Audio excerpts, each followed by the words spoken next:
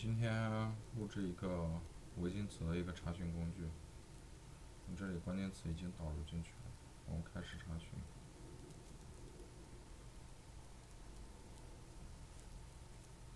我们通过是去搜索这样的一个关键词，查看它是否有相关性的一个词的出现。如果是有的话，那么它可能相对来讲不是特别违规；如果是它有大量的实际上出不来的词，那么可能就是有违规的词，这是一个禁词。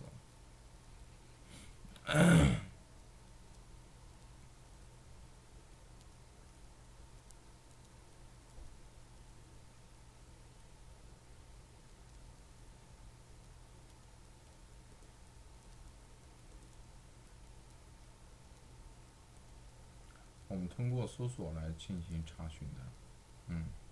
今天就讲到这。